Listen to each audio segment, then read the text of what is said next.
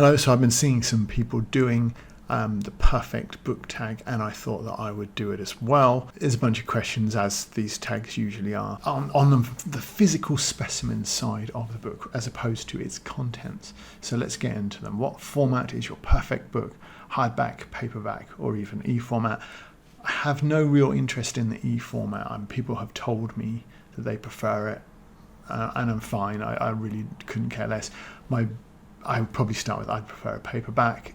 If I can't get one, I'll look for a hardback, and then as a last resort, I would go for ebooks. But I'm really not that bothered, so I don't see whether that makes a lot of difference. The only thing that I would say is perhaps if I was collecting a book, I have some of the Desmond Bagley books in hardback, and I've sort of sought those out in that format. So I guess a sort of to collect hardback, but to read paperback.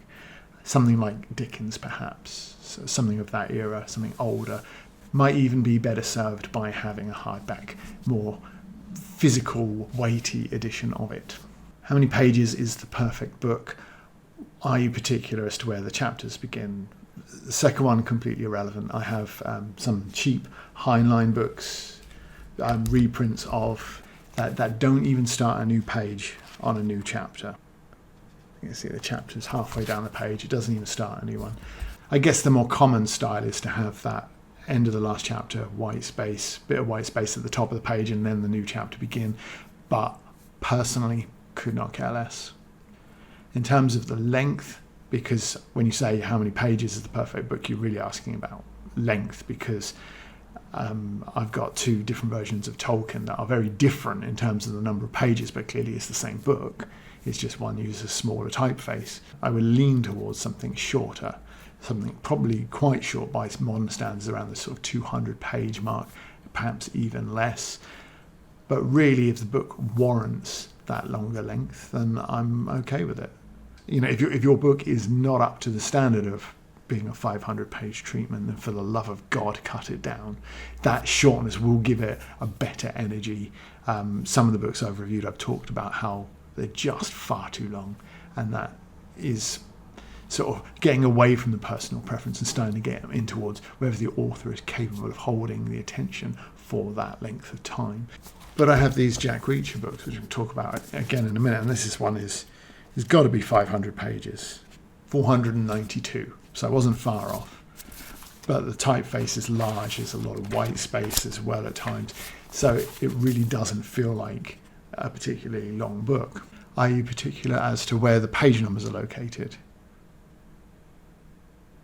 No. Favourite font? Do you check to see the font details if available? Actually, 9 times out of 10, no, even though I have worked in print for a small part of my adult life, so I have a degree of interest in that sort of thing, but no, not interested at all. When I had mine done, I did start to look at certain other books to see whether it said what typeface they were, to make sure that I was using one that would be fairly typical of the industry. But as long as it's serif, it doesn't really matter. Do margins matter to you? No. Does your perfect book have any other unique features that make it perfect? I don't think that I have anything that I would describe as a perfect book. I mean, if it was down to a perfect book, it would purely be on the content, something like The Christmas Carol. I would love to have a really nice collector's edition of that, but I don't. I have sort of an edition that is kind of a cheap reprint and collects a lot of Dickens's Christmas books. It's a perfect book, not going to be judged by any of the things on this list so far. It is purely going to be about the quality of the written word, as far as I'm concerned. So, no. Question 7, show us the cover. What do you find perfect about it? The best relationship between author and cover artist will be Terry Pratchett and Josh Kirby. I think that clearly Kirby's art, which had featured in that very similar style on other fantasy books before Pratchett and he started working together, it's just, one is just perfect for the other, and I have a hard time when Pratchett has been reissued, particularly without a Kirby cover. I'm looking at it going, why have you done this? Why have you done this? And obviously Josh Kirby died before Pratchett, and there were books published without his art. And when I look at them, I go, it just doesn't look right. So I've got a couple. There's Mort. Sorry, that's Moving Pictures. That's Mort. I'm particularly keen on Reaper Man. There's something special about Josh Kirby, and not just that, but the relationship that he had with Pratchett, where he would read the book before doing the cover, and you can clearly see, for example, this Robert Heinlein double star. That cover has literally nothing to do with the book at all, nothing whatsoever. It was clearly a reprint, and the publisher went, just get a sci-fi picture and put that on there. There was no thought. There's no connection with Heinlein there at all. In terms of covers as well, just very quickly, you quite often see in a book aimed at girls, for example, something like that, where they will show the character's face, whereas something more manly, for want of a better phrase, Jack Reacher, I think they've only ever shown Reacher's face on the cover of one of these books when it was reissued to tie in with films or TV. I've got one with Tom Cruise's face on it over there. And that was something I was quite conscious of when I did the cover for my book. So shameless segue, shameless plug, which looks like that, which I just think is an absolutely magnificent cover. Credit where credit's due. I'll link to the artist's Instagram or Twitter, I can't remember which one it was. But I did go for showing the characters' faces, as you can see.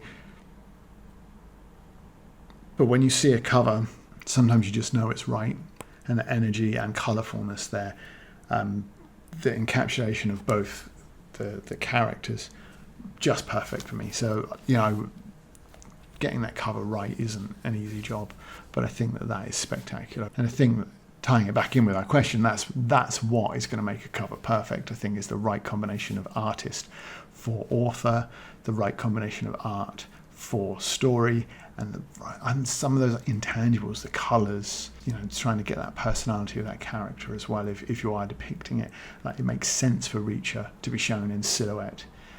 Does it make as much sense to show Selena Sardothian's face, given that she's supposed to be the stealthy killer? I might have put her face in more shadow than that, which is kind of half and half. But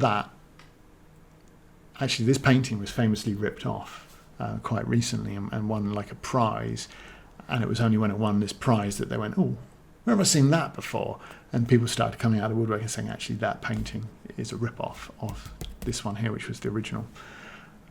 But again, it has nothing to do with Heinlein's story at all, that painting. Nothing at all. That for me is weak, it's rubbish, you shouldn't bother, but Pratchett and Kirby can't be beaten. While we're on the subject of my book, which you can back on Kickstarter if you wish, here's a trailer. I'm your defence counsel. What? Are we being charged with something? Not you, him. Me? Who can have anything against me? I thought your head was about to explode. Or something. Professor, Sexton, why are you holding my boob? Oh, it's too early for philosophy. Be a good girl and fetch me some breakfast. Ow! That's really starting to hurt. Sexton, Zard's weapon seems to have uploaded a virus into my databank. I blame myself. I should have upgraded it to Windows 95 when I got that disk from the market. Oh, you are one heartless bastard. Fetch my firing squad.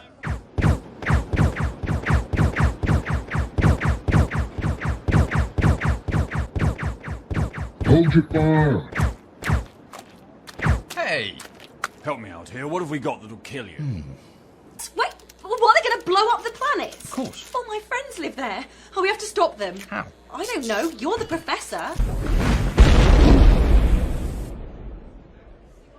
Back Sexton Lovecraft on Kickstarter. Hello, everyone. Welcome aboard Zarg Airlines Flight UFO. If this is your first flight on Zarg Airlines, why not treat yourself to one of our complimentary anal probes? Ask a colleague for details.